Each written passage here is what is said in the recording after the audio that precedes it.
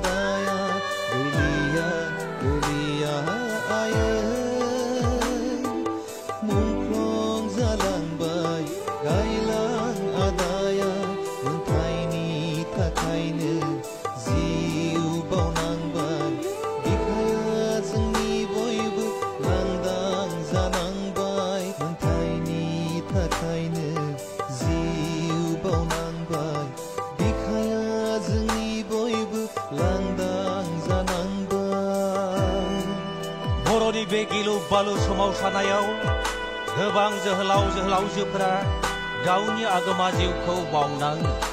20 February 1993 मायथाइयाव Bodoland autonomous council BSC गोरोबथा जाबाय। नाथाय बर'फ्रा बेयाव गोजोननाय फैयाखिसै। गिलु बालु हाथियारनि दावहासो नांफिनबाय।